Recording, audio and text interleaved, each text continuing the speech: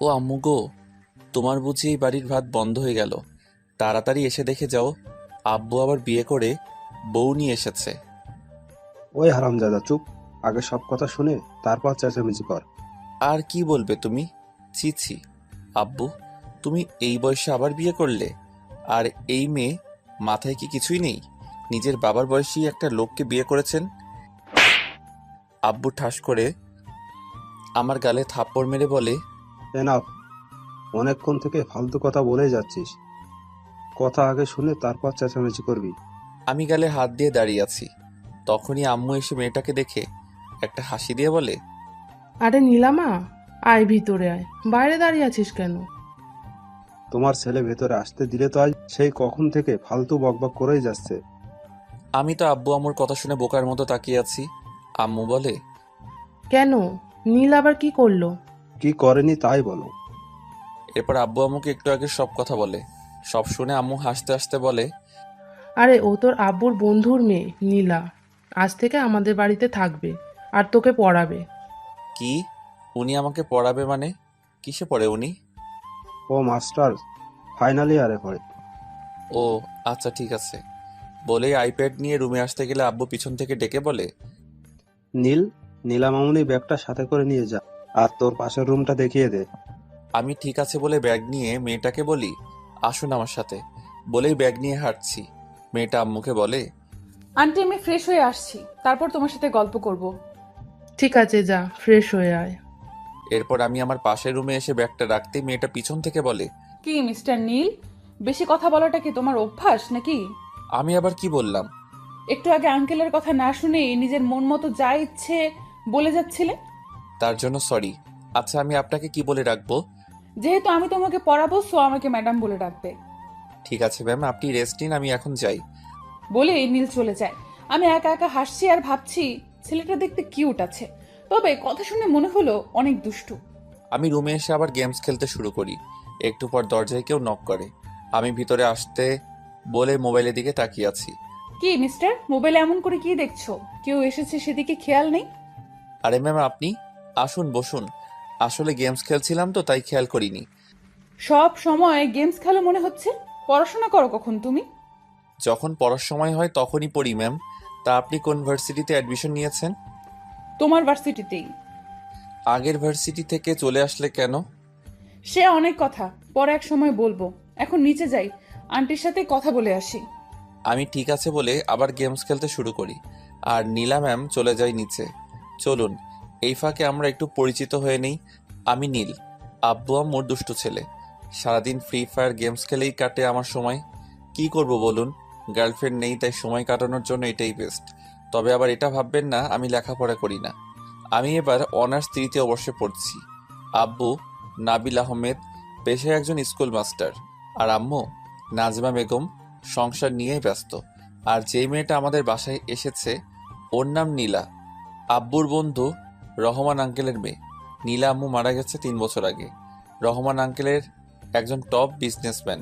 বাকি পরিচয় গল্পের সাথে থাকলেই জানতে পারবেন। আমি নিচে এসে দেখি আঙ্কেল বসে টিভিতে খবর দেখছে আর আন্টি কিচেনে রান্না করছে। আমি আন্টির কাছে যেতেই আন্টি আমাকে বলে, কি রে মা, তুই এখানে কি করছিস? তোর আঙ্কেলের কাছে যা, আমি আসছি, রান্না প্রায় শেষ। কেন আন্টি, আমি এখানে থাকলে বুঝি তোমার সমস্যা হবে? আরে তা না, এখনো তো অনেক গরম, আর তুই তো সবসময় এসিতে থাকিস, তাই বললাম। আমার কোনো সমস্যা হবে না আন্টি। আর শোনো, আমাকে এই বাড়িতে রাখতে হলে তোমার সাথে সাথে কাজ করতে দিতে হবে। কি বলছিস তুই? তুই আমাদের বাসার মেহমান, আর তুই কাজ করবি? আমাকে মেহমান না ভেবে নিজের মেয়ে ভাবতে পারবে না আন্টি? মা চলে যাবার পর আর কেউ মায়ের মতো ভালোবাসা দেয়নি। তুমি আমাকে নিজের মেয়ে মনে করো না আন্টি। এই পাগল মেয়ে, কান্না করিস কেন? আর তুই তো আমার মেয়ে, আয় বুকে আয়। আমি দৌড়ে গিয়ে আন্টিকে জড়িয়ে ধরে চোখের পানি ছেড়ে দিই। আজ 3 বছর পর মনে হচ্ছে আমার বুকের মরুভূমিতে বৃষ্টি হয়েছে। একটু পর আন্টি আমাকে ছাড়িয়ে চোখের পানি মুছে দিয়ে কপালে চুমু দিয়ে বলে, যা মা, গিয়ে তোর আঙ্কেলের সাথে গল্প কর, আমার রান্না হয়ে গেছে, আমি খাবার নিয়ে আসছি। আমিও তোমাকে হেল্প করি আন্টি। আচ্ছা ঠিক আছে, আয়। আমি আর আব্বু টেবিলে বসে আছি। একটু পর দেখি আম্মু আর নীলা ম্যাম খাবার নিয়ে আসছে। আব্বু বলে, কিরে মা, তুই কাজ করছিস? আর নাজমা, তুমি কোন আক্কেলে মেয়েটাকে কাজ করতে দিচ্ছ? আন্টিকে কিছু বলো না আঙ্কেল, আমি নিজে থেকেই করছি। আন্টি আমাকে নিষেধ করেছে। উফ, এখন কথা রেখে খেতে দাও তো। আম্মু ক্ষুধায় পেটে ইঁদুর খরগোশ সব দৌড়াচ্ছে। আমার কথা শুনে আম্মু আর নীলা ম্যাম হাসছে।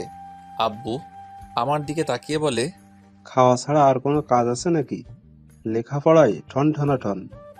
এবার যদি রেজাল্ট খারাপ হয় তাহলে খবর আছে তোর। কত কষ্ট করে ইন্টার থেকে 4.68 নিয়ে পাশ করেছি, তাও এই স্কুল মাস্টার বলে আমি নাকি ঠিকমতো পড়াশোনা করি না। পাশের বাড়ির আকাশ জিপিএ 5 পেয়েছে, তোর সাথেই তো পড়ে। পাশের বাসার রফিক আঙ্কেলের নিজের নামে একটা কোম্পানি আছে, সেও তো তোমার সাথেই পড়েছে। আমার কথা শুনে আব্বু রাগে কটমট করছে, আর আম্মু মুখ টিপে হেসে বলে, আচ্ছা, বাবা ছেলের ঝগড়া শেষ হলে এসে খাবার খেয়ে নাও। নীলা, তুইও চলে আয়, একসাথে খেয়ে নি। এরপর সবাই চুপচাপ খাবার নেয়। খাবার খেয়ে রুমে বসে কিছু সময় গেমস খেলি। একটু পর নীলা ম্যাম আমার রুমে এসে বলে, হায়, কি করছো? আরে আপনি আসুন, এই বসে আছি, তেমন কিছু না। তোমার তেমন কাজ না থাকলে চলো না বাহির থেকে ঘুরে আসি। আসলে বাসায় থাকতে সব সময় রুমে ছিলাম, তাই আর কি। আচ্ছা, আপনি গিয়ে রেডি হয়ে আসুন। নীলা ম্যাম ঠিক আছে বলে একটা মুচকি হাসি দিয়ে চলে যায়। আমিও ওয়ার্ড্রপ থেকে একটা অরেঞ্জ রঙের টি শার্ট আর ব্ল্যাক প্যান্ট বের করে চেঞ্জ করে আয়নার সামনে দাঁড়িয়ে চুল ঠিক করছি। তখনই আব্বু আমার রুমে এসে বলে, কিরে দুলামিয়া, সাচ্ছিস কেন? কোথায় যাবি এই সময়? ম্যাম বলল ঘুরতে যাবে, তাকে নিয়ে বের হব। নীলামামুনি ঘুরতে যেতে চেয়েছে? ঠিক আছে, নিয়ে যা। আর এই নে টাকাটা রাখ, নীলামামুনি কিছু খেতে চাইলে কিনে দিস। বলেই আব্বু চলে যায়। আমি টাকা চাইলে তো কখনোই দেয় না, আর যেই নীলা ম্যামকে নিয়ে ঘুরতে যাব বলেছি অমনি 1,000 টাকা দিয়ে গেল। এটা কি আমারই আব্বু? আম্মুর কাছে জিজ্ঞেস করতে হবে। বলেই রুম থেকে বের হয়ে নিচে এসে দেখি আম্মু বসে আছে। আমি আম্মুর পাশে বসতেই আম্মু আমার দিকে তাকিয়ে বলে, কি রে, কোথাও যাবি নাকি তুই এখন? ম্যাম, ঘুরতে যেতে চেয়েছে, তাই তাকে নিয়ে ঘুরতে যাব। আচ্ছা, তাড়াতাড়ি ফিরিস কেমন? ঠিক আছে। আচ্ছা আম্মু, একটা কথা বলো তো, তোমার হাজবেন্ড কি সত্যি আমারই আব্বু? এই ফাজিল, তোর আব্বু না হলে কার আব্বু? হুম? আমি টাকা চাইলে তো কখনো দেয় না, আর যেই শুনলো ম্যামকে নিয়ে ঘুরতে যাব অমনি আমাকে 1,000 টাকা দিয়ে দিল। তোর আব্বু দেয় না তো কি হয়েছে? আমি তো দিই তোকে, তাই না? হুম, তুমি তো আমার লক্ষ্মী সুইট আম্মু। আরও কিছু কথা বলি আম্মুর সাথে। একটু পর নীলা ম্যাম আমাদের কাছে আসতেই আমি তো হা করে তাকিয়ে আছি তার দিকে। একটা পিঙ্ক কালারের গাউন পরেছে। আমি তো পুরাই ক্রাশ খেয়ে বসে আছি। নীলা ম্যাম আমার দিকে তাকিয়ে চোখের ভ্রু নাচিয়ে ইশারায় বলে কি। আমি লজ্জা পেয়ে অন্যদিকে তাকিয়ে ফেলি। আম্মু উঠে নীলা ম্যামের কাছে গিয়ে চোখ থেকে একটু কাজল নিয়ে ম্যামের গালে লাগিয়ে দিয়ে বলে, কারণ নজর যেন না লাগে আমার মামনিটার। নীলা ম্যাম লজ্জা পেয়ে মুচকি হাসে। আমি আর চোখে ম্যামের দিকে তাকিয়ে আছি। একটু পর ম্যামকে নিয়ে বের হয়ে একটা রিক্সা নিয়ে এক পাশে চেপে বসি। কেমন জানি আনইজি ফিল করছি। এই প্রথম কোনো মেয়ের সাথে এক রিক্সায় উঠেছি। ম্যাম আমাকে বলে, তোমার জন্য কি এই দিকে জায়গা নেই? পড়ে যাবে তো। আমি ঠিক আছি ম্যাম, সমস্যা নেই। এই দিকে চেপে বসো, নয়তো পড়ে যাবে। আমি ম্যামের দিকে একটু চেপে বসে বলি, কোথায় যাবেন ম্যাম বলুন? তোমার যে জায়গা সবচেয়ে বেশি ভালো লাগে সেখানেই চলো। আমার তো নদী সবচেয়ে বেশি ভালো লাগে। তাহলে সেখানেই চলো। এরপর রিক্সাওয়ালা মামাকে বলি নদীর দিকে যেতে। একটু পর নদীর পাড়ে এসে ম্যামকে নিয়ে বসে আছি। দুজনের মাঝেই নীরবতা। নীরবতা ভেঙে আমি বলি, কিছু খাবেন ম্যাম? আমার খুব আইসক্রিম খেতে ইচ্ছে করছে। ঠিক আছে বলে আমি উঠে গিয়ে 2টা আইসক্রিম নিয়ে এসে ম্যামকে একটা দেই আর একটা আমি খেতে থাকি। কিছু সময় সেখানে বসে থেকে ম্যামকে নিয়ে হাঁটতে হাঁটতে চলে আসি একটা পার্কে। আজ নিজেকে কেমন জানি মিঙ্গেল মিঙ্গেল লাগছে। আরও বেশ কিছু সময় ঘোরাঘুরি করে ম্যামকে নিয়ে বাসায় চলে আসি। বাসায় এসে রুমে গিয়ে চেঞ্জ করে কিছু সময় ফেসবুক চালাই। একটু পর আব্বু আর নীলা ম্যাম আমার রুমে আসে। আব্বু বলে, আজ থেকে নীলা তোকে পড়াবে। যদি আমি শুনি তুই ওর কথা শুনিসনি তাহলে তোর খবর আছে। ঠিক আছে মাস্টার সাহেব, আপনি এখন আসতে পারেন। মনে থাকবে আমার। এরপর আব্বু চলে গেলে ম্যাম আমাকে বলে, বই নিয়ে টেবিলে বসো। আমি ঠিক আছে বলে বই নিয়ে টেবিলে বসে পড়ি। নীলা ম্যাম আমার মুখোমুখি হয়ে বসেছে। আমি এক পলকে তার দিকে তাকিয়ে আছি। ম্যাম পড়াচ্ছে। একটু পর আমার দিকে তাকিয়ে দেখে আমি তার দিকে তাকিয়ে আছি। রাগী কণ্ঠে বলে, বইয়ের দিকে তাকাতে বলেছি, আমার মুখের দিকে নয়। আমি ম্যামের কথায় থতমত খেয়ে যাই। আমতামতা করে বলি, জি জি ম্যাম, তাকাচ্ছি। বলে আমি বইয়ের দিকে তাকাই। প্রায় 1 ঘন্টা পড়িয়ে ম্যাম কিছু পড়া দিয়ে চলে যায়। আমি বই রেখে বিছানায় গিয়ে শুয়ে পড়ি। একটু পর আম্মু নিচে থেকে খাবার খেতে ডাকে। গিয়ে সবাই একসাথে খাবার খেয়ে নেই। এরপর কিছু সময় সবাই গল্প করে যে যার রুমে গিয়ে শুয়ে পড়ি। পরের দিন সকালে ঘুম থেকে উঠে ফ্রেশ হয়ে নাস্তা করে ভার্সিটির জন্য বের হতে গেলে আম্মু বলে, নীল, তুই সাথে করে নীলা মামুনিকে নিয়ে যা তো। ঠিক আছে আম্মু, চলুন ম্যাম। একটু দাঁড়াও, আমি আসছি। বলেই ম্যাম তার রুমে গিয়ে একটা বোরকার হিজাব পরে আসে। এরপর বাসা থেকে বের হয়ে একটা রিক্সা নিয়ে চলে আসি ভার্সিটি। রিক্সা ভাড়া দিয়ে ভার্সিটির ভিতরে গিয়ে আমি ম্যামকে বলি, ম্যাম আপনি তাহলে ক্লাসে যান। ঠিক আছে, যাওয়ার সময় আমাকে সাথে করে নিয়ে যেও। ঠিক আছে, নিয়ে যাব। বলেই ম্যাম চলে যায় তার ক্লাসে আর আমি বন্ধুদের কাছে। আমি ওদের কাছে আসতে আবির বলে, কিরে দোস্ত, তোর সাথে একটা মেয়ে আসলো দেখলাম, কে ভাবি নাকি? আরে না, আমার টিউশনের ম্যাম, আব্বুর বন্ধুর মেয়ে। আমাদের বাসায় থেকে পড়বে আর আমাকে পড়াবে। আচ্ছা এই কথা, আমি তো ভাবলাম তুই বুঝি সিঙ্গেল থেকে এবার মিঙ্গেল হয়ে গেলি। আমার আর মিঙ্গেল এই কপারে প্রেম নেই রে। আর চাপা মারতে হবে না, আমাদের ভার্সিটির সকল মেয়েদের ক্রাশ তুই। কত মেয়ে তোকে প্রপোজ করলো, তুই তো সবাইকে রিজেক্ট করলি। এগুলো আমার টাইপের না। আমার জীবন সাথী যে হবে তাকে প্রথম দেখায় আমার মন চিনে নিবে, বুঝলি? বুঝলাম। এখন চল, ক্লাসের সময় হয়ে গেছে। বলেই দুজন বাকিদের থেকে বিদায় নিয়ে ক্লাসে চলে আসি। 2টা ক্লাস করে বের হয়ে এসে ভার্সিটির মাঠে বসে গল্প করছি। আবির বলে, দোস্ত, তোর ম্যাডাম দেখতে কেমন রে? দেখ আবির, আমি ম্যামকে নিয়ে কোনো কথা বলতে চাই না। আরে আমি তো শুধু জানতে চেয়েছি তোর ম্যাডাম দেখতে কেমন। যেমনই হোক তা দিয়ে তোর কি প্রয়োজন? 5 জনের সাথে প্রেম করছি, তাদের গিয়ে দেখ না। আচ্ছা বলবো না তোর ম্যামকে নিয়ে কথা। তা তোর কথা শুনে তো মনে হচ্ছে তুই তোর ম্যামকে ভালোবেসে ফেলেছিস। যদি তোর তাই মনে হয় তবে ম্যামকে নিয়ে আর কখনো কথা বলবি না। ঠিক আছে, বলবো না। আচ্ছা চল, বাইরে থেকে ঘুরে আসি। না ম্যাম এখন বের হয়ে আসবে, তাকে নিয়ে বাসায় চলে যাব। ক্লাস করবি না আজকে আর? ইচ্ছে করছে না, তুই কর। আমি এখন আর ক্লাসে যাব না, রিয়ার কাছে যাব। দেখি আজ পাখিটাকে বর্ষা আনতে পারি কিনা। এসব লুচ্চামি বাদ দে, নয়তো দেখবি কোন দিন বিপদে পড়বি। তোমার জ্ঞান তোমার কাছে রাখো মামা, আমি যাই। বলেই আবির চলে যায়। চলুন আবির সম্পর্কে একটু আপনাদের বলি। আবির বড়লোক বাবার ছেলে। আমার সাথে যখন আবিরের বন্ধুত্ব হয় তখন এমন ছিল না। খুব ভদ্র আর ভালো মনের একজন মানুষ ছিল।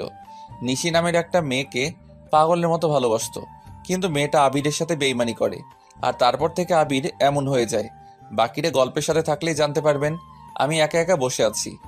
একটু পর দেখি ম্যাম আসছে। আমি উঠে ম্যামের কাছে যেতেই ম্যাম বলে, এখানে বসেছিলে নাকি ক্লাসে যাওনি? 2টা করে বের হয়ে এসেছি, ভালো লাগছিল না ক্লাস করতে তাই। আচ্ছা বুঝলাম। বাসায় যাবে এখন নাকি কোনো কাজ আছে? না, তেমন কোনো কাজ নেই, চলুন বাসায় যাওয়া যাক। বলেই ম্যামকে নিয়ে ভার্সিটি থেকে বের হয়ে একটা রিক্সা নিয়ে চলে আসি বাসায়। বাসায় এসে আম্মুর সাথে কথা বলে চলে যাই রুমে। গিয়ে ফ্রেশ হয়ে নিচে এসে আম্মুকে বলি, আম্মু খাবার দাও, ক্ষুধা পেয়েছে। নীলা, মামুনিকে ডেকে নিয়ে আয়। আমি ঠিক আছে বলে উপরে এসে নক না করেই ম্যামের রুমে ঢুকে যা দেখি আমার চোখ বড় বের হয়ে আসার অবস্থা। ম্যাম শাড়ির কুচি ঠিক করছে, শাড়ির আঁচলটা বুকে নেই। আমি চোখ বন্ধ করে অন্যদিকে ঘুরে যাই। ম্যাম আমাকে দেখে শাড়ির আঁচল বুকে জড়িয়ে উল্টো দিকে ঘুরে বলে, এই তুমি এখানে কি করছো? আর দরজায় নক না করে কেন ঢুকেছো? সরি ম্যাম, আমি বুঝতে পারিনি। আর আম্মু আপনাকে খেতে ডাকছে। বলেই এক দৌড়ে রুম থেকে বের হয়ে নিচে এসে আম্মুকে বলি, আম্মু একটা প্লেটে আমার খাবার দাও, আমি রুমে গিয়ে খাবো। আজ হঠাৎ রুমে খেতে চাইছিস কেন? আর তোকে না পাঠালাম নীলাকে ডাকতে, গিয়েছিলি? ম্যাম আসছে, এখন আমাকে খাবার দিবে না, চলে যাবে। ঠিক আছে। বলে আম্মু একটা প্লেটে আমাকে খাবার দিলে আমি তাড়াতাড়ি করে রুমে চলে আসি। একটু আগে যা হয়েছে এখন ভুল করেও ম্যামের সামনে যাওয়া যাবে না। আমি রুমে ঢুকতে গেলে দেখি ম্যাম রুম থেকে বের হয়েছে। আমি দৌড়ে রুমের ভিতরে গিয়ে দরজা বন্ধ করে ফেলি। মাত্র রুম থেকে বের হয়েছি, দেখি নীল দৌড়ে ওর রুমে চলে গেল। এটা দেখে হাসতে হাসতে আমি নিচে এসে খাবার খেতে বসে পড়ি। খাবার খেয়ে সবকিছু একটা টেবিলে রেখে আমি শুয়ে শুয়ে গেমস খেলছি। কখন ঘুমিয়ে গেছি বুঝতে পারিনি। সেই কখন থেকে রুমে বসে আছি আর কিছুক্ষণ আগের কথা ভাবছি। বাদরটা আমার সব দেখে ফেললো। এখন নীলের সামনে যাব কি করে ভাবতেই লজ্জা লাগছে। সবকিছু বাদ দিয়ে বই নিয়ে পড়তে বসেছি। ঘুম থেকে উঠে ফ্রেশ হয়ে নিচে এসে আম্মুকে বলি, আম্মু এক কাপ কফি বানিয়ে দিবে, মাথাটা ধরে আছে। আসতে নবাব সাহেব, ওনাকে এখন কফি বানিয়ে দিতে হবে। এই, তুই নিজে গিয়ে কফি বানিয়ে খেতে পারিস না? এই, আমার ছেলেকে একদম উল্টাপাল্টা কথা বলবে না। তোমাকে বলেছে কফি বানিয়ে দিতে? এবার বলো আব্বু, আমার আম্মু আমার সাথেই আছে। বাহ, যার জন্য করি চুরি সেই বলে চোর। মা ছেলে একজোট হয়েছে। আমি কি তোমাকে বলেছি আমার জন্য চুরি করতে? আসছে দরদ দেখাতে। সুযোগ খোঁজো না সবসময় আমার ছেলেটাকে বকার জন্য, তাই না? আমার কি ঠেকা পড়েছে শুনি তোমার ছেলেকে বকার জন্য? আচ্ছা, এবার তোমরা টম অ্যান্ড জেরির মতো ঝগড়া বন্ধ করো। আর আম্মু আমার জন্য আর সাথে আব্বুর জন্য কফি বানিয়ে নিয়েও। আম্মু হাসতে হাসতে চলে যায়। আমি আব্বুর কোলে শুয়ে পড়ি। আব্বু আমার গাল টিপে চুলে হাত বুলিয়ে দিচ্ছে। একটু পর নীলা ম্যাম নিচে এসে বলে, বাহ আঙ্কেল, এত বড় ছেলেকে তুমি এখনো কোলে শুয়ে ঘুম পাড়িয়ে দাও? আমি ম্যামের কণ্ঠ শুনে আব্বুর কোল থেকে উঠে মাথা নিচু করে বসে থাকি। ম্যাম আমার দিকে তাকিয়ে আমার এই অবস্থা দেখে মুচকি আসে। আব্বু বলে, শুধু এই ফাজিলটা হাতে পায়ে বড় হয়েছে। আমারও তাই মনে হয় আঙ্কেল। তুমি জানো, আজকে ভার্সিটি গিয়ে মাত্র 2টা ক্লাস করে বাইরে বসে আড্ডা দিয়েছি। আমি মনে মনে বলি, এই রে হয়ে গেল, এখন মাস্টার মশাই জ্ঞান দিতে শুরু করবে। ম্যাম আমাকে এমন করে বাসটা না দিলেই কি হতো না? কিরে, তুই ক্লাস না করে বাইরে বসে আড্ডা দিয়েছিস কেন? ভার্সিটি কি আড্ডা দিতে যাস? কতদিন তোকে বলেছি সকল ক্লাস করবি ভার্সিটি গিয়ে। তোকে নিয়ে আমার কত স্বপ্ন তুই জানিস। এভাবে যদি ক্লাস না করে আড্ডা দিস তাহলে কিভাবে আমার স্বপ্ন পূরণ করবি তুই? আমি রোজই সকল ক্লাস করি আব্বু, আজ ভালো লাগছিল না তাই। নীলামার কথায় যুক্তি আছে। বল, ক্লাস করতে ভালো না লাগলে বাসায় চলে আসতি, আড্ডা কি জন্য দিচ্ছিলি? ম্যাম বলেছে তাকে নিয়ে বাসায় আসতে, তাই তো ম্যামের জন্য অপেক্ষা করছিলাম। আমি ক্লাস না করে তোমাকে অপেক্ষা করতে বলেছি বুঝি? আমি মনে মনে বলি, আর বাস দিয়েন না গো মোড়ে, আর কিছু বললে মোর হিটলার বাপ এখন না আবার জুতা খুলে মোড়ে পিডায়। এরপর যদি আর কখনো শুনি ক্লাস না করে আড্ডা দিয়েছিস তাহলে পিটিয়ে পিঠের ছাল তুলে নেব। আমি নীলা ম্যামের দিকে অসহায় দৃষ্টিতে তাকাই। ম্যাম আমার দিকে তাকিয়ে মিটমাট করে হাসছে। আমি মনে মনে বলি, এই দিনই শেষ দিন না ম্যাডাম, আমারও দিন আসবে, তখন বুঝাবে কত ধানে কত চাল। একটু পর আম্মু হাতে করে 4 কাপ কফি নিয়ে আসে। সবাই কফি খেতে খেতে আড্ডা দিচ্ছি। কিছু সময় পর ম্যাম বলে, নীল চলো পড়তে বসবে, সন্ধ্যা হয়ে গেছে। আমাকে আবার রাতে আজকে একটু পড়তে হবে, কাল আমার একটা অ্যাসাইনমেন্ট আছে। ঠিক আছে ম্যাম চলুন। বলেই আমি আর ম্যাম আমার রুমে গিয়ে বই নিয়ে টেবিলে বসে আমি ম্যামকে বলি, তখনকার জন্য সরি ম্যাম। তখন কার জন্য ঠিক বুঝলাম না। নক না করে আপনার রুমে ঢোকার জন্য, কিন্তু বিশ্বাস করুন আমি কিছুই দেখিনি। নীলের কথা শুনে আমার চোখে এসে লজ্জা ভর করে। ফাজিলটা সব দেখে এখন বলে কিছুই দেখেনি। ইচ্ছে করছে সব কয়টা চুল টেনে তুলে দেই। আচ্ছা ঠিক আছে, এখন পড়ায় মনোযোগ দাও। আমি ঠিক আছে বলে পড়তে কালকে দিয়ে যাওয়া পড়া ম্যামকে দেখাই। এরপর ম্যাম আমাকে পড়াচ্ছে। ঘন্টাখানেকের মতো পড়িয়ে আজও কিছু পড়া দিয়ে চলে যায়। আমি টেবিল থেকে উঠে আইপ্যাড নিয়ে আবার গেমস খেলতে শুরু করি। কিছু সময় গেমস খেলে আইপ্যাডটা রেখে শুয়ে আছি। রুমে এসে কিছু সময় কালকের অ্যাসাইনমেন্টের জন্য পড়া কমপ্লিট করে আব্বুর সাথে কিছু সময় কথা বলে ছাদে গিয়ে দেখি নীল দাঁড়িয়ে কারোর সাথে মোবাইলে কথা বলছে। আমি আবিরের সাথে কথা বলছিলাম। হঠাৎ পিছনে কারো পায়ের শব্দ শুনে আবিরকে পরে কল দিব বলে কেটে দেই। ম্যাম আমার কাছে এসে বলে, এত রাতে কার সাথে কথা বলছো, তাও ছাদে এসে? আমার বন্ধু আবিরের সাথে। আপনি এখন এখানে? রুমে ভালো লাগছিল না, তাই একটু ছাদে আসলাম রাতে আকাশ দেখতে। ও আচ্ছা, আসুন দোলনায় বসি। বলেই ম্যাম আর আমি গিয়ে দোলনায় বসি। ম্যাম বলে, আচ্ছা তুমি এত ফাজিল কেন? যা বাবা, আমি আবার কি করলাম ম্যাম? এই যে এখানে আসার পর থেকেই তো দেখছি আঙ্কেলের সাথে কি সব কথা বলো। আঙ্কেলকে বুঝি ভালোবাসো না? ম্যাম, বাবা হচ্ছে সন্তানের জন্য ঠিক বটগাছের মতো, সন্তানের মাথার উপর ছায়া হয়ে থাকে। বাবাকে কতটা ভালোবাসি সেটা বলা হয়নি কখনো। আমার ভবিষ্যৎ সুন্দর করার জন্য আব্বু আম্মু দুজনে আমার জন্য কতটা কষ্ট করে সেটা আমি খুব ভালো করেই জানি। আর তাই এমন কোনো কাজ করি না যাতে আব্বু আম্মু আমার জন্য কষ্ট পায়। আমার আম্মু আমার এক চোখে আর আব্বু অন্য চোখে। তুমি খুব লাকি, তোমার আম্মু তোমার কাছে আছে। আর আমাকে দেখো, আম্মুকে হারিয়ে ফেলেছি। আব্বু যতটুকু পারে আমাকে সময় দেওয়ার চেষ্টা করে। দিন শেষে মায়ের অভাবটা ঠিকই বুকে হাহাকার নিয়ে আসে। মন খারাপ করবেন না ম্যাম, আপনি দেখবেন বিয়ের পর আপনার শাশুড়ি আপনাকে মায়ের অভাব বুঝতে দিবে না। নীলা ম্যাম কান্না করতে করতে আমাকে জড়িয়ে ধরে বলে, জানি না নীল, মায়ের ভালোবাসার কখনো পাবো কিনা। মা কেন আমাকে ছেড়ে চলে গেল? একবার যদি আবার মা ফিরে আসতো আমার কাছে। আমি ম্যামের মাথায় হাত রেখে বলি, কান্না করবেন না ম্যাম, দেখবেন একদিন আপনার জীবনে এত ভালোবাসা আসবে তখন আপনি চাইলেও চোখে পানি আনতে পারবেন না। ম্যাম আমাকে ছেড়ে দিয়ে চোখের পানি মুছতে মুছতে বলে, সরি, একটু ইমোশনাল হয়ে গিয়েছিলাম, তাই তোমাকে জড়িয়ে ধরে ফেলেছি, কিছু মনে করো না।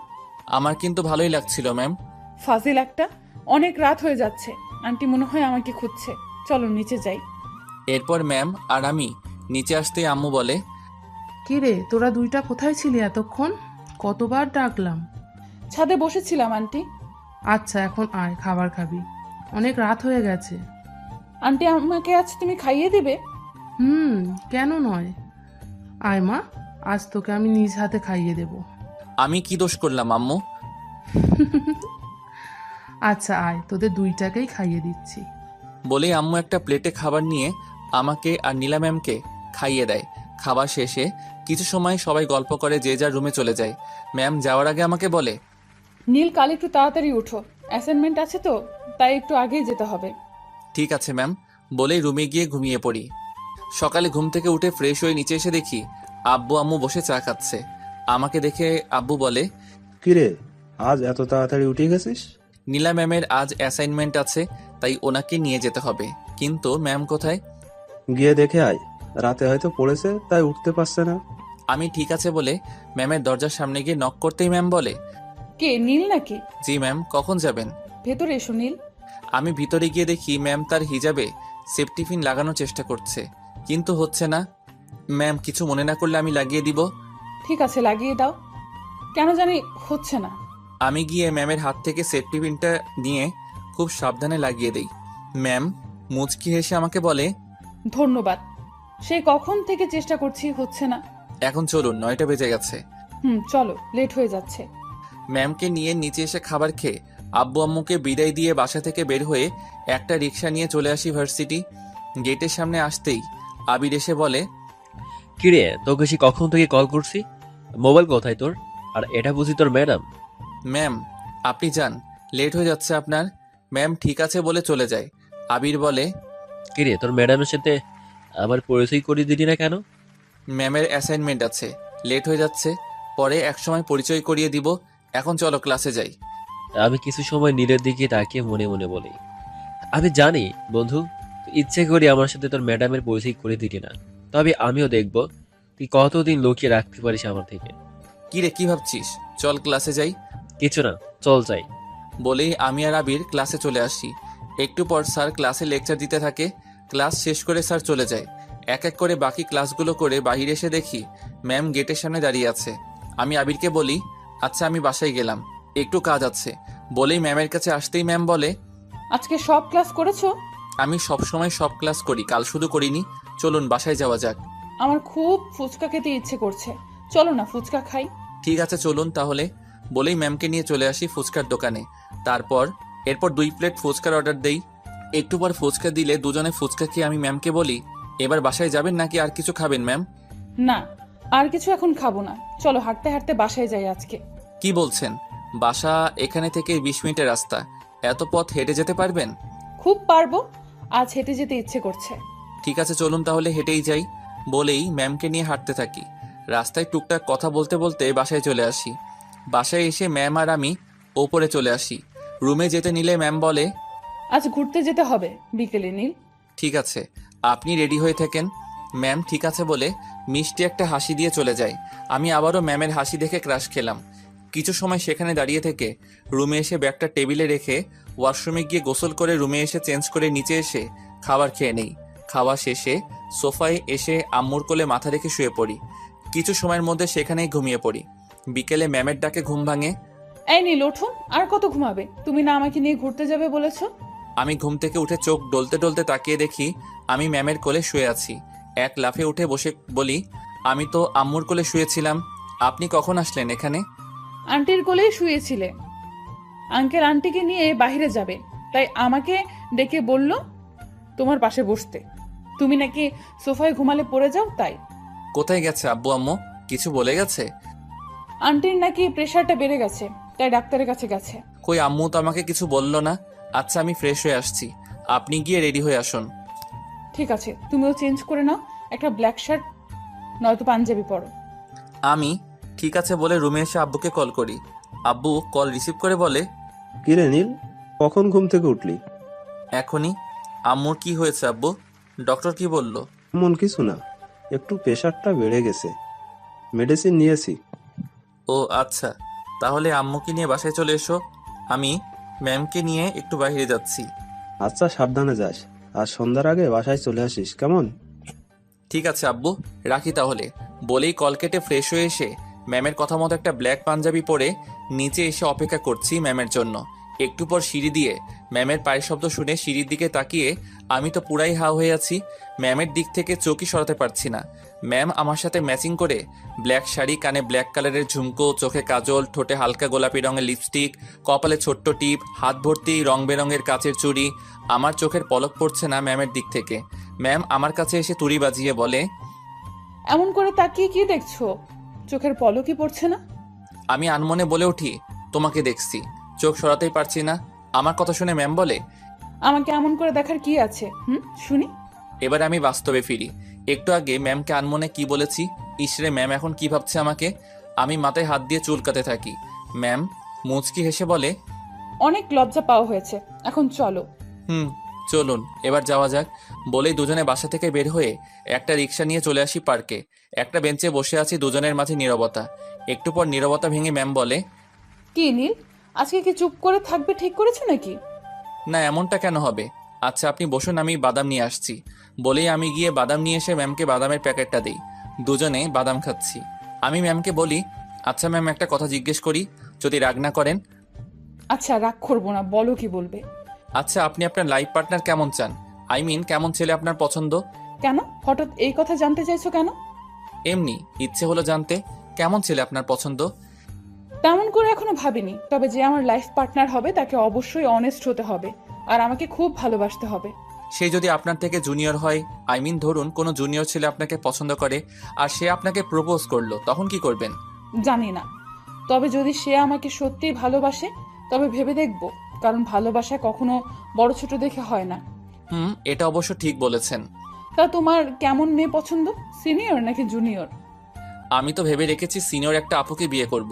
আব্বু আম্মুকে বলে রেখেছি, তাদের কোনো সমস্যা নেই। তোমার সিনিয়র আপুদের বুঝি ভালো লাগে? সবাইকে না, তবে একজনকে খুব ভালো লাগে, হয়তো আমি তাকে ভালোবাসি। তা কে সেই লাকি গার্ল যাকে তোমার মতো একটা কিউট ছেলে ভালোবাসে? তাকে বলছো তুমি যে তাকে ভালোবাসো? না, এখনো বলিনি, তবে খুব দ্রুত বলবো। আর তাকে বলার আগে আপনাকে বলবো কে সে। ঠিক আছে, এখন বলো শুনি, কে সেই লাকি গার্ল? আমি কিছু বলতে যাব তখনই আবির কোথা থেকে এসে আমাকে বলে, আরে নীল, তুই এখানে? আরে এটা বুঝি তোর ম্যাম। কেমন আছেন ম্যাম? জি ভালো আছি, আপনাকে তো ঠিক চিনলাম না, বাট কোথায় যেন আপনাকে দেখেছি মনে হচ্ছে। আজকে ভার্সিটিতে দেখা হলো। আমি নীলের বেস্ট ফ্রেন্ড আবির। তুই এখানে কি করে আবির? একটা কাজে এসেছিলাম, এইদিকে চলে যাচ্ছিলাম, তোকে দেখে আসলাম। বসবো আমি এখানে? আমরা তো এখন বাসায় চলে যাব, কাল কথা হবে ভার্সিটি। আজকে আসি কেমন? চলুন ম্যাম, বাসায় যাই এবার। বলেই আমি আর ম্যাম সেখান থেকে উঠে হাঁটতে থাকি। আবির মনে মনে বলে, নীল বন্ধু, কতদিন এই মালকে আমার থেকে লুকিয়ে রাখবে তুমি? এই ফুলের সুবাস তো আমাকে নিতেই হবে। তোর ম্যামের ফিগার থেকে আমি তো পাগল হয়ে গেছি। শুধু কিছুদিন অপেক্ষা কর, তারপর আমি তোর ম্যামকে আবার করে নেব। আমি আর ম্যাম হাঁটছি। ম্যাম বলে, কি হলো নীল, আমরা তো মাত্রই আসলাম, এখনই বাসায় চলে যাব? কোন নদীর পাড়ে যাব? আপনাকে একটা কথা বলি ম্যাম, আবির যদি কখনো আপনার সাথে কথা বলার চেষ্টা করে, ওকে এড়িয়ে চলবেন, ঠিক আছে?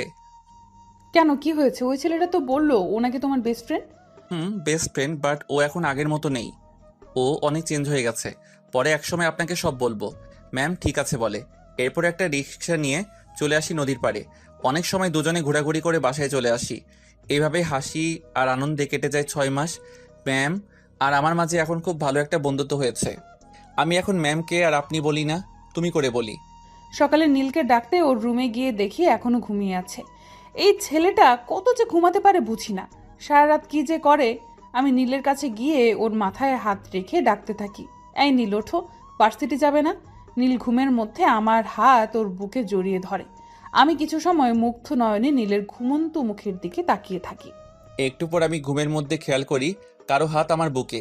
ঘুম ঘুম চোখে তাকিয়ে দেখি আমি ম্যামের হাত জড়িয়ে ধরে শুয়ে আছি। তাড়াহুড়ো করে হাত ছেড়ে দিয়ে উঠে বসে বলি, নীলা তুমি কখন এলে? সে কখন থেকে তোমাকে ডাকছি, ভার্সিটি যাবে না? আজ আমি যাব না, একটু কাজ আছে, তুমি যাও প্লিজ।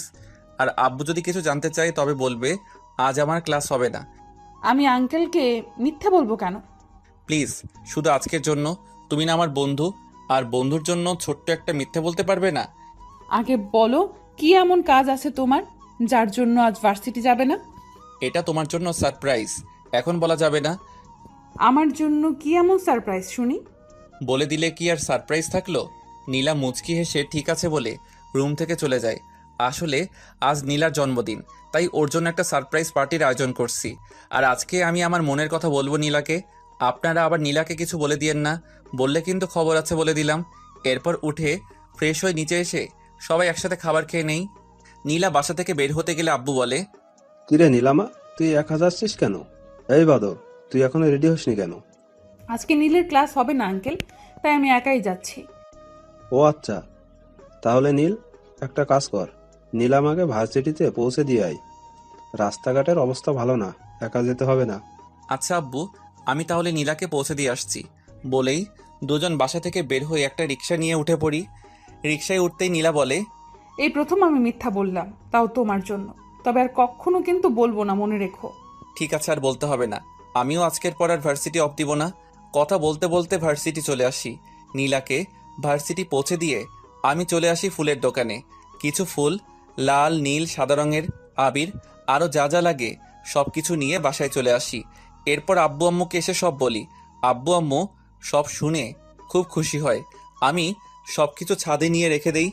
এরপর রুমে এসে কিছু সময় আইপ্যাড নিয়ে ফ্রি ফায়ার গেমস খেলতে খেলতে ঘুমিয়ে যাই।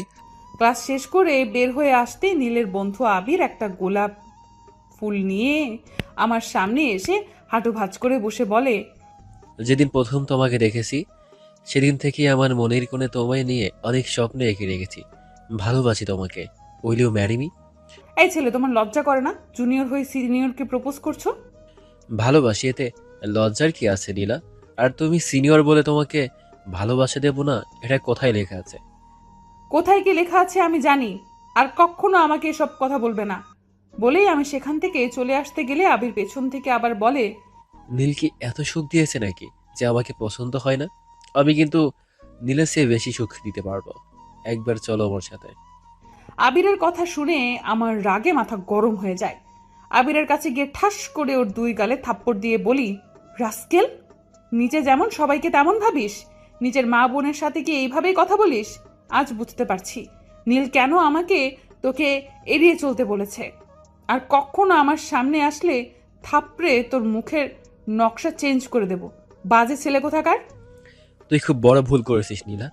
এই আবিরের গায়ে হাত তুলে তোর এমন অবস্থা করব, আমি কাউকে মুখ দেখানোর অবস্থায় থাকবি না। বলেই আবির রাগে মেগে সেখান থেকে চলে যায়।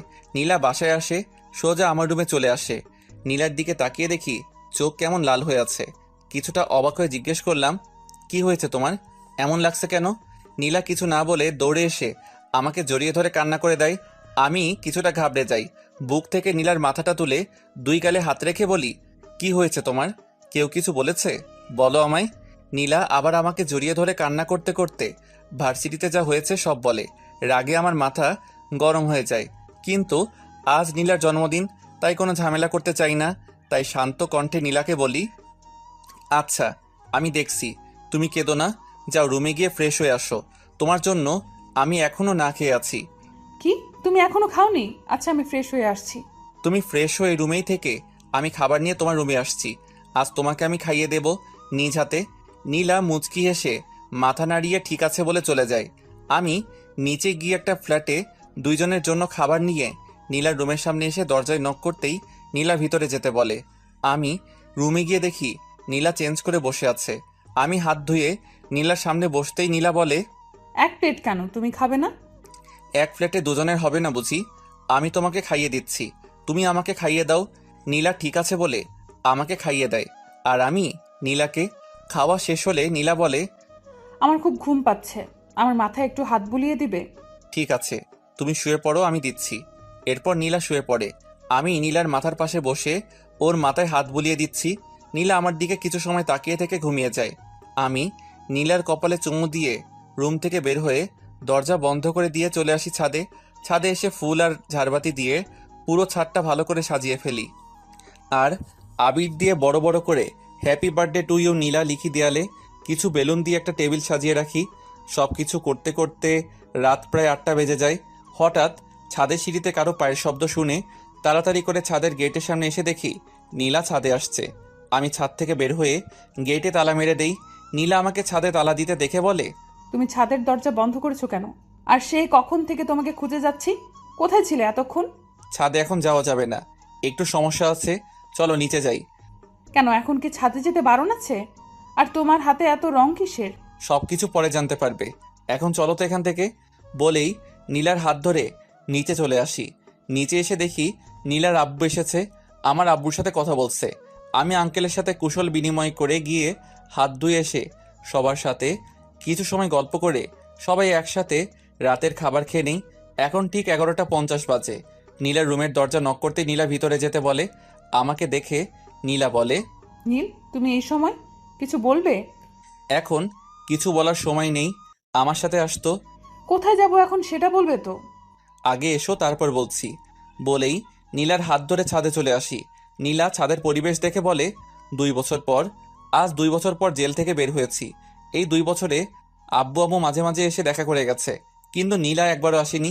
তবে আব্বু আম্মুর থেকে সবসময় নীলার খবর নিতাম। নীলা নিজেকে রুমে বন্দি করে রাখে সবসময়, কারোর সাথেই নাকি তেমন কথা বলে না। জেলখানা থেকে বের হতেই আম্মু দৌড়ে এসে আমাকে শক্ত করে জড়িয়ে ধরে কান্না করে দেয়। আব্বু পাশে দাঁড়িয়ে নীরবে চোখের পানি ফেলছে। আম্মু বলে, আজ 2 বছর পর তোকে এই বুকে পেয়ে আমার বুকটা শীতল হয়ে গেছে বাবা। নীলা কেমন আছে আম্মু? এখনো কি নিজেকে ঘরবন্দি করে রাখে? কারোর সাথেই কথা বলে না সেদিনের পর থেকে। সব কথা পরে হবে, এখন বাসায় চল। আব্বু, নীলাদের বাসায় যাব আগে, নীলাকে কতগুলো দিন দেখি না। আচ্ছা, কাল যাব নীলাদের বাসায়, আগে বাসায় চল। না আব্বু, আমি আজকে নীলাকে বিয়ে করতে চাই। কি বলছিস তুই? নীলা ধর্ষিতা জেনেও তুই বিয়ে করতে চাইছিস? আম্মু চাইছি, তোমাদের কোনো আপত্তি আছে? না বাবা, আমাদের কোনো আপত্তি নেই। তোর কথা শুনে আজ গর্বে বুকটা ভরে যাচ্ছে। ঠিক আছে চল, আমরা নীলাদের বাসায় গিয়ে আজই নীলা আর তোর বিয়ে দিয়ে নীলার মাকে আমাদের বাসায় নিয়ে যাব। আমি ঠিক আছে বলে আব্বু আম্মুর সাথে গাড়িতে উঠে নীলাদের বাসায় রওনা দেই। আমাদের সমাজের মানুষগুলো কতটা আজব, একটা ধর্ষিতা মেয়েকে দেখলে ছিছি করে, অথচ বিয়ের আগে কত মেয়ে তার বয়ফ্রেন্ডের সাথে রুম ডেট করে, তারা ঠিকই বুক ফুলিয়ে সমাজে চলাফেরা করে। আবার কত ছেলে তো আছে যারা বিবাহিতা মেয়েদের নিয়ে পালিয়ে যায়, তাদের দিকে কেউ আঙ্গুল তোলে না। কিন্তু একটা জানোয়ার একটা অসহায় মেয়ের সর্বনাশ করলে তার দিকে ঠিকই আঙ্গুল তোলে। নিজেদের চিন্তাভাবনা বদলান, দেখবেন সমাজ এমনি বদলে যাবে। কিছুক্ষণ পর নীলাদের বাসার সামনে এসে গাড়ি থামে। আমি আম্মু নীলাদের বাসার সামনে দরজার সামনে দাঁড়িয়ে আছি। আব্বু কলিং বেল দিতে নীলার আব্বু এসে দরজা খুলে আমাকে দেখে বলে, আরে নীল বাবা, কেমন আছো তুমি? কতটা শুকিয়ে গেছো, এসো ভেতরে এসো। নীলা কোথায় আঙ্কেল?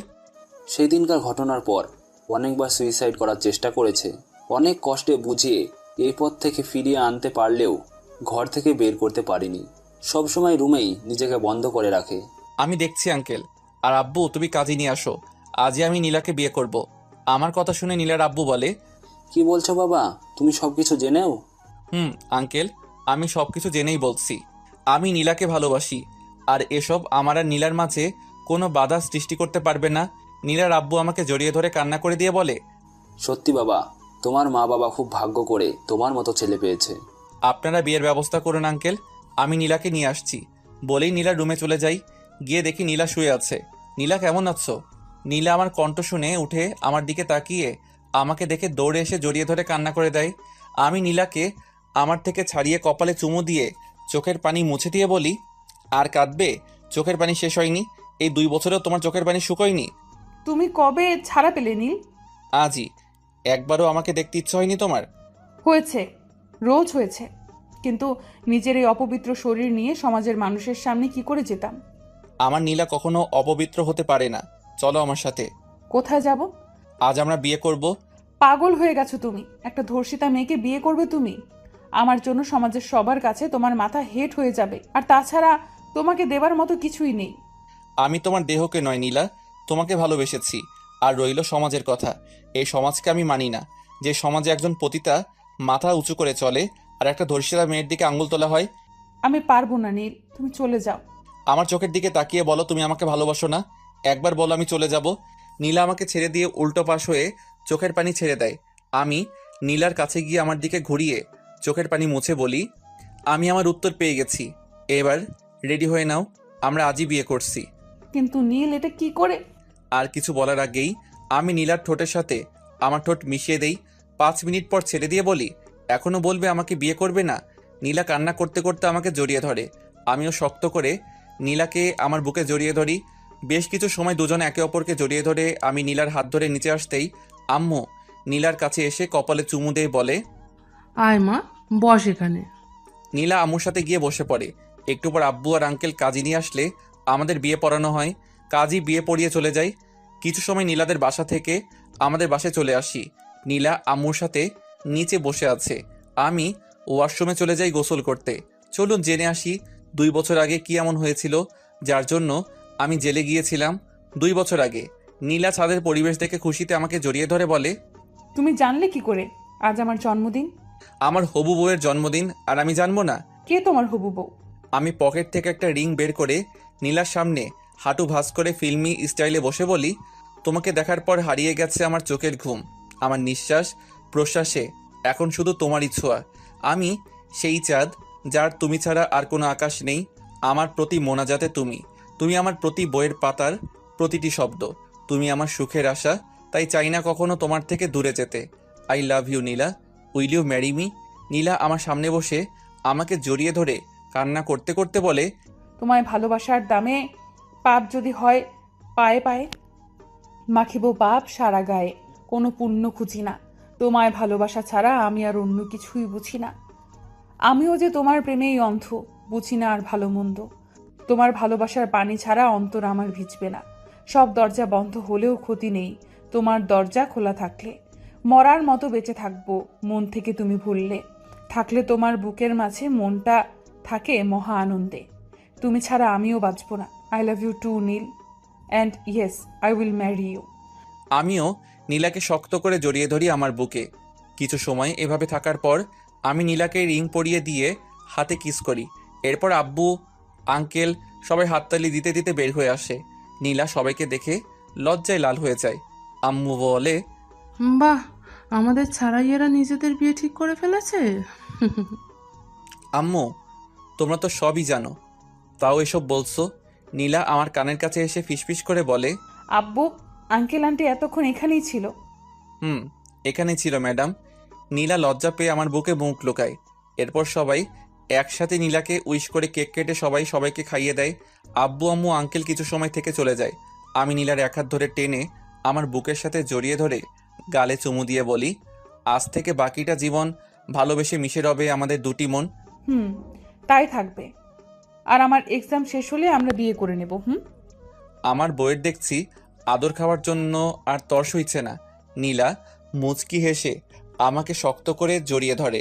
বেশ কিছু সময় দুজন ছাদে থেকে নিচে চলে আসি। নীলা ওর রুমে চলে যায়, আমি আমার রুমে এসে শুয়ে পড়ি। মাত্র রুমে এসে চেঞ্জ করব, তখনই নীলের নাম্বার থেকে SMS আসে, একটু ছাদে এসো তো, কথা আছে। আমি মুচকি হেসে রুম থেকে বের হয়ে ছাদে গিয়ে কাউকে দেখি না। হঠাৎ ছাদের গেট বন্ধ করার আওয়াজে পেছনে তাকিয়ে দেখি আবির রাগী লুকে আমার দিকে তাকিয়ে আমার দিকে এগিয়ে আসছে। আবির, তো তুমি এখানে আর এইভাবে আমার কাছে আসছো কেন?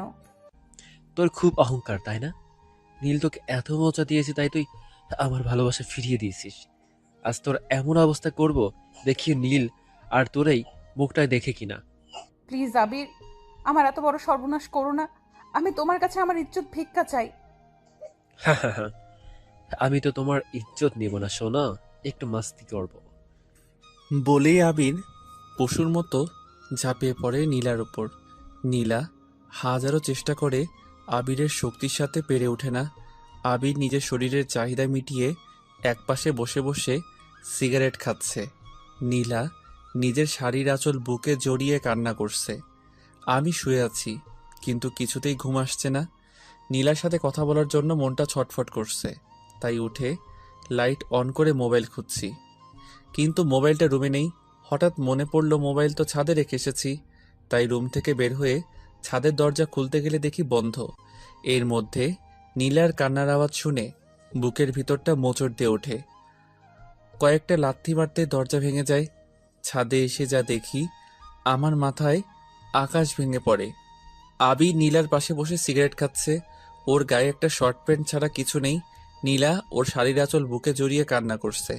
আবির আমাকে দেখে পালানোর চেষ্টা করলে ওর বুকে এক লাথি মেরে ওকে ফেলে দিয়ে আশেপাশে তাকিয়ে একটা রড হাতে নিয়ে ইচ্ছে মতো আবিরকে মারতে থাকি। মারতে মারতে আবিরের নাক মুখ থেকে রক্ত বের করে ফেলি। আবিরের শরীর ফেটে রক্ত পড়ছে। চেঁচামেচি শুনে সবাই ছাদে এসে দেখে এই অবস্থা। আম্মু গিয়ে নীলাকে ধরে তুলে বুকে জড়িয়ে নেয়। নীলা আম্মুকে জড়িয়ে ধরে কান্না করছে। আমি এখন আবিরকে মারছি, ওর চুল ধরে বলি, তোকে নিজের বন্ধু ভেবেছিলাম, আর তুই আমার কলিজায় হাত দিয়েছিস। আজ আমি তোকে জানে মেরে ফেলবো। নীল, আমার ভুল হয়ে গেছে, আমাকে এবারের মতো মাফ করে দে। আমার নীলাও তোর কাছে মাপ চেয়েছে, তুই মাপ করেছিলি। আজ আমি তোর শরীরে চাহিদা বা সারা জীবনের মতো শেষ করে দিব। বলে রড দিয়ে আবিরের মাথায় বাড়ি দিবে, ওর পেটে ঢুকিয়ে দেই। গলা কাটা মুরগির মতো ছটফট করতে করতে মুহূর্তেই মারা যায়। তবুও আমার রাগ কিছুতেই কমছে না। বসে ইচ্ছে মতো ওর মুখে ঘুষি মারতে থাকি। আব্বু এসে আমাকে টেনে তুলে বলে, মরে গেছো, আর কত মারবি? ওর কত বড় সাহস! আব্বু, ও আমার কলিজায় হাত দিয়েছে, আমি ওকে কেটে টুকরো টুকরো করে ফেলবো। হঠাৎ ছাদে কিছু পুলিশ এসে আবিরের লাশ দেখে জানতে চাই কে মেরেছে। আমি মেরেছি অফিসার। আপনাদের খবর দিল কে অফিসার? আমি দিয়েছি, কিন্তু বুঝতে পারিনি নীল যে এই জানোয়ারটাকে মেরে ফেলবে। এবার পুলিশ আবিরের লাশ নিয়ে আর আমাকে ধরে নিয়ে যায়। আমি যাওয়ার সময় নীলাকে বলি, আমার জন্য অপেক্ষা করো, আমি ফিরে আসব। আর এই তোমার এই কলঙ্ক আমি আমার ভালোবাসা দিয়ে মুছে দিব। এরপর আমাকে জেলে নিয়ে যায়। কিছুদিন পর কোর্টে চালান করে দিলে জজ সাহেব সব শুনে আমাকে 2 বছরের শাস্তি দেয়। এই 2 বছরে প্রায় অনেকবার নীলা সুইসাইড করার চেষ্টা করেছে। বর্তমান একটু পর ফ্রেশ হয়ে এসে দেখি নীল রুমে বসে আছে। আম্মু নীলাকে চেঞ্জ করিয়ে একটা লাল বেনারসি পরিয়েছে। আমি নীলার পাশে বসে ওর 2 গালে হাত রেখে বলি, আমার বউটাকে দেখতে যে পরীর মতো লাগছে সেটা কি সে জানে? নীলা আমার কথায় লজ্জা পেয়ে আমাকে জড়িয়ে ধরে। কিছু সময় পর খেয়াল করি নীলা কান্না করছে। আমার বুক থেকে তুলে চোখের পানি মুছে দিয়ে কপালে চুমু দিয়ে বলি, একদম কান্না করবে না। অতীতে কি হয়েছে না হয়েছে সেসব ভেবে আর নিজেকে কষ্ট দিও না। আজ থেকে আমরা নতুন করে আমাদের জীবন শুরু করব, আর তার জন্য আমি এখন আবার আমার বউকে প্রপোজ করব। আমার বউ রাজি হবে তো? নীলা চোখের পানি মুছে মাথা নাড়িয়ে হ্যাঁ বলে। আমি বেলকনিতে গিয়ে একটা ফুল ছিঁড়ে এনে নীলাকে দাঁড় করিয়ে ওর সামনে হাঁটু ভাঁজ করে বসে বলতে শুরু করি, তুমি জীবনের রং ছুঁয়ে ভালোবেসে দেখো একবার। আমি সুখ হয়ে কাছে এসে মুছে দেব কান্না তোমার। আমার এই বুকে তোমারই নাম লিখে রেখেছি, দেখো না। ভুলেই আড়ালে কখনো হারালে আমি বাঁচব না। তুমি ফাগুনের আলো হয়ে এই হাতে রাখো যদি হাত, আমি আধারে বাঁধ ভেঙে দেব স্নিগ্ধ প্রভাত। ভালোবাসি শুধুই তোমাকে, আর সারা জীবন বাসব। তুমি দেবে সারা আমার ভালোবাসায়। নীলা আমার সামনে বসে কান্না করতে করতে আমাকে শক্ত করে জড়িয়ে ধরে বলে, ভালোবাসা তোমার মতো এমনিতেই হয়। এই মায়াতে একটা জীবন কোনো কিছুই নয়। অল্প ছুঁয়ে গল্প হয়ে আমি তুমি ময়। কোপাশে ভালোবেসে এমনই সব সময়। কারণ ছাড়া মনটা আমার তোমার কাছে থাকতে চায়। যতটা সময় বাঁচবে জীবন, হাঁটবো তোমার পায়ে পায়ে। তুমি এলে তাই ইচ্ছে সাজাই খুশিতে, ফাঁসে আমার দিন। বোঝাই কি করে যাব মরে, তুমি ছাড়া বাঁচা আমার জন্য সত্যি কঠিন। আমিও যে তোমাকে আজও ভালোবাসি নীল। দুজন দুজনকে শক্ত করে জড়িয়ে থাকি বেশ কিছু সময়। এরপর আমি নীলাকে কোলে তুলে বিছানায় শুইয়ে দিয়ে ওর পাশে শুয়ে কপালে চুমু দিতেই নীলা কেঁপে ওঠে। ধীরে ধীরে 4 ঠোঁট এক করে দেই। এরপর নীলার ঘাড়ের থেকে চুল সরিয়ে মুখ গুজে দেই। নীলা আমার প্রতিটি ছোঁয়ায় কেঁপে ওঠে। ধীরে ধীরে দুজনে হারিয়ে যাই রঙিন এক স্বপ্নে। কিছু সময় পর নীলা আমার বুকে মাথা রেখে ঘুমিয়ে পড়ে। আমি নীলার কপালে চুমু দিয়ে ওকে জড়িয়ে ধরে ঘুমিয়ে পড়ি। পরের দিন সকালে ঘুম থেকে উঠে দেখি নীল আমাকে শক্ত করে জড়িয়ে ধরে ঘুমিয়ে আছে। কাল রাতের কথা মনে হতেই চোখে লজ্জার ঠোঁটে হাসি চলে আসে। কিছু সময় নীলকে জড়িয়ে ধরে থেকে উঠে ওয়াশরুমে চলে যাই। ঘুমিয়ে আছি, হঠাৎ মুখে পানি পড়তেই চোখ খুলে দেখি বউ আমার তার ভেজা চুল আমার মুখের সামনে ধরে মুচকে মুচকে হাসছে। আমি নীলার হাত ধরে এক টানে আমার বুকে ফেলে দিয়ে বলি, দুষ্টুমি হচ্ছে তাই না? এখন যদি আমি আবার গোসল করার ব্যবস্থা করি তাহলে কি হবে শুনি? একদম না, এখন আবার আমি গোসল করতে পারবো না। প্লিজ ছাড়ো। সবাই উঠে গেছে, কেউ চলে আসবে। এখন এখানে কে আসবে শুনি? সবাই জানে আজ আমরা এত সহজে রুম থেকে বের হব না। ইস, শখ কত! এত লুচু হয়ে গেছো কেন তুমি? আমার বউ আর আমি তার সাথে লুচোগিরি না করলে কার সাথে করব শুনি? ইচ্ছে তো করছে দরজার বাহিরে একটা ব্যানার লাগিয়ে দেই আর তাতে লিখে দেই 7 দিনের জন্য লকডাউন। সত্যি সত্যি লুচু হয়ে গেছো, শুধু পচা কথা বলে। এখন ছাড়ো, উঠে ফ্রেশ হয়ে নাও। আগে আমার মর্নিং কিসটা দিয়ে দাও। সারা রাত যা করেছো তাতে হয়নি বুঝি? এতে কিছু হয় নাকি? এত কিউট বউ আমার, ইচ্ছে তো করে সব সময় আদর করি। তোমার মুখে কিছু আটকায় না, তাই না? আমি অন্য কাউকে কিছু বলছি না যে আটকাবে, আমি আমার বউকে বলছি। এখন আর কথা না বাড়িয়ে আমার পাওনাটা দিয়ে দাও। নীলা আমার গালে চুমু দিয়ে বলে, এবার হয়েছে, এখন ওঠো। এটা কি ছিল? আমি 5 বছরের ছোট বাচ্চা নাকি যে গালে চুমু দিচ্ছ? বলে নীলাকে শক্ত করে জড়িয়ে ধরে 4 ঠোঁট এক করে দেই। একটু পর ছেড়ে দিতেই নীলা আমার বুকে মাথা রেখে শুয়ে থাকে। কিছু সময় দুজন এইভাবেই থেকে নীলা আমার উপর থেকে উঠে ড্রেসিং টেবিল আয়নার সামনে গিয়ে চুল মুছতে থাকে। আমি নীলার কাছে গিয়ে কপালে চুমু দিয়ে উঠে ফ্রেশ হতে চলে যাই। ফ্রেশ হয়ে এসে দেখি বউ আমার রুমে নাই। চেঞ্জ করে সিঁড়ির কাছে আসতেই শুনি পাশের বাসার আন্টিরা আম্মুকে কিছু বলছে আর নীলা মাথা নিচু করে কান্না করছে। পাশের বাসার আন্টিরা বলছে, এটা কি করলেন নাজমা আপা? একটা ধর্ষিতা মেয়েকে আপনার ছেলের বউ করে আনলেন। মানুষের সামনে তো মাথা নিচু হয়ে গেল আপনাদের। আপনার ছেলে এখনো ছোট মানুষ, ও বলল আর আপনিও সেটাই করলেন। এখন সমাজের মানুষের সাথে চলবেন কি করে? এখনো সময় আছে, এই মেয়ের সাথে নিলে ডিভোর্স করিয়ে দেন। নীলা চোখের পানি ফেলেই যাচ্ছে মাথা নিচু করে। আমি সিঁড়ি থেকেই বলে উঠি, আরে আন্টি আপনি ঠিকই বলেছেন, ভুল হয়ে গেছে আমার, তাই না? আমার কথা শুনে সবাই আমার দিকে তাকায়। আম্মু মনে মনে বলে, এরা আজ গেল, বাঁশ খাওয়ার জন্য রেডি হয়ে যাও। বাবা, ভুল তো করেছো, সেই ভুলটা এখন শুধরে না। এটা তোমার জন্য ভালো। নীলা আমার দিকে অসহায় দৃষ্টিতে তাকিয়ে আছে। আমি একবার নীলার দিকে তাকিয়ে আন্টিদের বলি, আপনাদের মতো বাজে মহিলাদের এই বাড়িতে ঢুকতে দেওয়াটা সবচেয়ে বড় ভুল। নীল, এটা কেমন ব্যবহার? আমরা তোমার গুরুজন, ভুলে যেও না এটা। গুরুজন বলেই আমার ওয়াইফকে এতগুলো বাজে কথা বলার পরও এখনো এখানে দাঁড়িয়ে আছেন, নয়তো এতক্ষণে আপনাদের ঠিকানা হতো হসপিটালের বেডে। চালুন ছাকনি, কে বলে তোর গায়ে ফোঁটা? কি বলতে চাও তুমি নীল? বলতে অনেক কিছু চাই, একজন একজন করে বলি। রহিমা আন্টি, আপনার মেয়ে কি জানি করেছিল।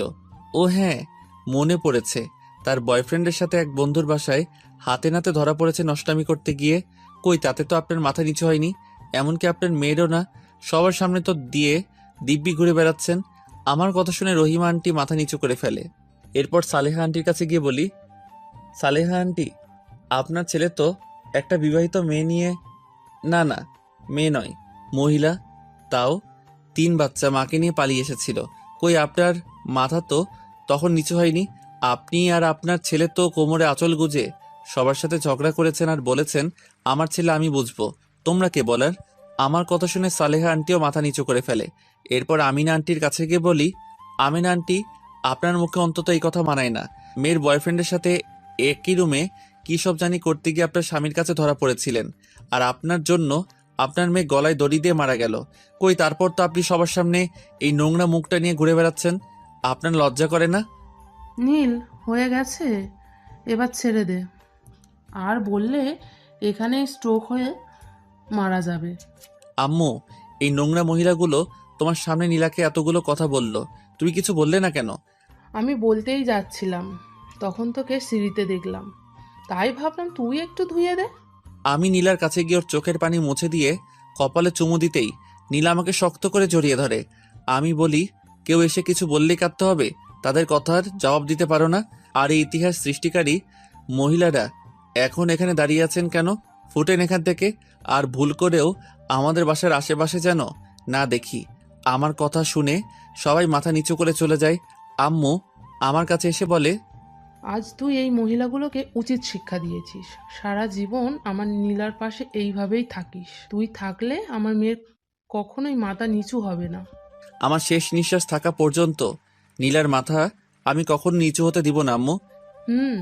আচ্ছা, এবার আয়, খাবার খেয়ে নে। এরপর 3 জন বসে পড়ি খাবার টেবিলে। আব্বু স্কুলে চলে গেছে। নীলা প্লেটে খাবার নিতে গেলে আমি ওর কাছ থেকে প্লেটে নিয়ে আমার দিকে ঘুরিয়ে বসিয়ে নিজ হাতে খাইয়ে দিচ্ছি। আম্মু এটা দেখে মুখ টিপে হাসছে। নীলা লজ্জা পেয়ে মাথা নিচু করে খাচ্ছে। আমি বলি, শুধু কি আমার হাতে খাবে? আমাকে খাইয়ে দিবে না? দিচ্ছি। এরপর নীলা আমাকে আর আমি নীলাকে খাইয়ে দিচ্ছি। খাওয়া শেষে আমি সোফায় এসে বসে আছি। নীলা আম্মুর কাজে সাহায্য করছে।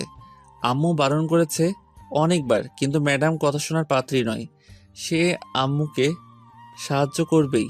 আমি বসে বসে এনটিভিতে সাকিব খানের প্রিয়া আমার প্রিয়া ছবি দেখছি। একটু পর কলিং বেল বেজে ওঠে। গিয়ে দরজা খুলে দেখি নীলার আব্বু এসেছে। ওনার পা ছুঁয়ে সালাম করি। শ্বশুর মশাই আমার মাথায় হাত রেখে বলে, বেঁচে থাকো বাবা, কেমন আছো? আমি ভালো আছি বাবা, আপনি কেমন আছেন? আমিও ভালো আছি বাবা। এরপর নীলার আব্বুকে নিয়ে ভিতরে আসতেই নীলা ওর আব্বুর কাছে এসে জড়িয়ে ধরে বলে, কেমন আছো আব্বু? আমি ভালো আছি মা, তুই কেমন আছিস? নীলের মতো স্বামী যার আছে সে কি কখনো খারাপ থাকতে পারে আব্বু? এরপর আম্মু এসে কুশল বিনিময় করে বলে, আসুন বেয়ান মশাই, নাস্তা করবেন? নারিয়ান, আমি মাত্রই নাস্তা করে এসেছি। মেয়েকে দেখতে ইচ্ছে করছিল, তাই চলে আসলাম। এখনই চলে যাব আবার। মাত্রই তো এলে আব্বু, আবার এখনই চলে যাবে? অফিসে একটা মিটিং আছে মা, তোকে দেখা হয়ে গেছে, এবার যেতে হবে। সাবধানে থাকিস। আর নীল বাবা, আমার মা মরা মেয়েটাকে তুমি দেখে রেখো। আপনি নীলার জন্য কোনো চিন্তা করবেন না বাবা, আমি ওকে আগলে রাখবো। সেটা আমি জানি বাবা, সেই জন্য আমি নিশ্চিন্তে থাকি। তোমার মতো জামাই থাকতে আমার মেয়ের কোনো সমস্যা হবে না। এরপর নীলার আব্বু আরও কিছু সময় কথা বলে চলে যায়। সবকিছু গুছানো হয়ে গেলে আমি নীলাকে নিয়ে রুমে চলে আসি। রুমে এসে নীলাকে ঘুরিয়ে পিছন থেকে জড়িয়ে ধরে ঘাড়ে নাক ঘষতে ঘষতে বলি, কোথাও ঘুরতে যাবে আজ? যাব। কোথায় নিয়ে যাবে? কোনো এক রোমান্টিক জায়গায়, যেখানে পরিবেশ থাকবে নীরব স্তব্ধ। আচ্ছা, একটা কথা জিজ্ঞেস করি। বলো, কি জানতে চাও? এত ভালোবাসো কেন আমায়? কারণ এক জীবনে মনের মানুষ একজনই তো হয়। তুমি আমার সেই প্রিয়জন, মিথ্যে কথা নয়। আশেপাশে থাকো যদি, বুকে বহে সুখের নদী। কখনো এই ভালোবাসার হবে না তো ক্ষয়। অনুভবের আকাশ খুলে তোমায় দেখতে চাই। বুকের ভিতর তোমার নামে সাজানো আছে এক পৃথিবী। যত ভালোবাসি তোমায় মনে হয় কম হয়ে যায়। নীলা ঘুরে আমাকে শক্ত করে জড়িয়ে ধরে বলে, তোমায় ছাড়া শূন্য আমি, কিছুই নেই চাওয়ার আর। জীবনের শেষ নিঃশ্বাসটুকু নিতে চাই তোমার বুকে মাথা রেখে। তোমার মুখের একটু হাসি হয়ে ওঠে আমার সুখের সকল কারণ। আমার মন খারাপের ওষুধ হয়ে সারাও তুমি সব অসুখ। রাতকে যদি ভুলে যায় কালো, দিনকে যদি ভুলে যায় আলো, তবু আমি এইভাবেই থাকবো সারা জীবন তোমার বুকে। এরপর দুজন দুজনকে শক্ত করে কিছু সময় জড়িয়ে ধরে থাকি। বিকেলে নীলা আয়নার সামনে বসে রেডি হচ্ছে। আমি গিয়ে নীলাকে আমার সামনের দিকে ঘুরিয়ে বলি, আমি থাকতে আমার বউ কেন কষ্ট করছে? তা আমার বরটা এখন কি করবে শুনি? তোমার বর এখন তোমাকে নিজ হাতে সাজিয়ে দিবে। নীলা মুচকি এসে ঠিক আছে বলে এরপর আমি নীলাকে সাজিয়ে দেই। দুজনে ম্যাচিং করে ড্রেস পরেছি। আম্মুর কাছে বলে নীলাকে নিয়ে চলে আসি একটা নদীর পাড়ে। পরিবেশটা খুব নীরব আর নিস্তব্ধ। নীলাকে সামনে বসিয়ে আমি ওর পিছনে বসে পিছন থেকে জড়িয়ে ধরে বসি। নীলা আমার বুকের সাথে ওর পিঠ ঠেকিয়ে বসে আমার হাত শক্ত করে জড়িয়ে ধরে বসে থাকে। একটু পর নীলা বলে, আচ্ছা, আমরা যদি এখন বেবি নেই তাহলে কেমন হয়? খুব ভালো। আমাদের কোলজুড়ে একটা বেবি আসবে যে ছোট ছোট হাত দিয়ে আমাদের সাথে দুষ্টামি করবে। একটু বড় হলে তোমাকে আব্বু আর আমাকে আম্মু বলে ডাকবে। তাহলে বাসায় গিয়ে আজ থেকে ভীষণ শুরু করব, কি বলো? নীলা লজ্জা পেয়ে আমার বুকে মুখ লুকিয়ে ফেলে। আরো বেশ কিছু সময় দুজনে সেখানে বসে থেকে সন্ধ্যায় বাসায় চলে আসি। বাসায় আসতে আব্বু বলে, কিরে দুজনে কেমন ঘুরলি? আচ্ছা আব্বু, আমরা এক্ষুনি আসছি। অনেকক্ষণ আগে এসেছি, যা তোরা রুমে গিয়ে ফ্রেশ হয়ে আয়। বলেই দুজনে চলে রুমে এসে ফ্রেশ হয়ে নিচে এসে কিছু সময় আব্বু আম্মুর সাথে কিছু সময় আড্ডা দিয়ে রাতের খাবার খেয়ে রুমে এসে বসে আছি। আমি নীলাকে বলি, কি মিশন, কি শুরু হবে আজ থেকে? আমি কখন বারণ করলাম শুনি? মুচকি হেসে নীলাকে বুকে জড়িয়ে ধরে ওর গলায় মুখ গুজে দেই।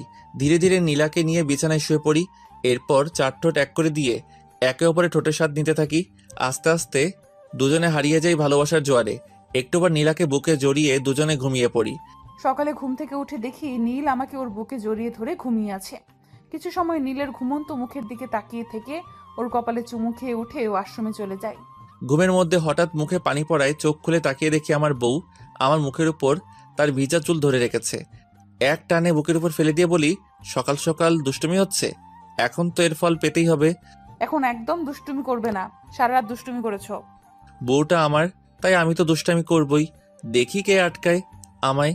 বলেই আবার দুজনে হারিয়ে যাই এক অপরের মাঝে। এই যে আপনারা এখন এমন করে তাকিয়ে আছেন, একটু লজ্জা নেই তাই? আমাদের এবার একটু একা ছেড়ে দিন।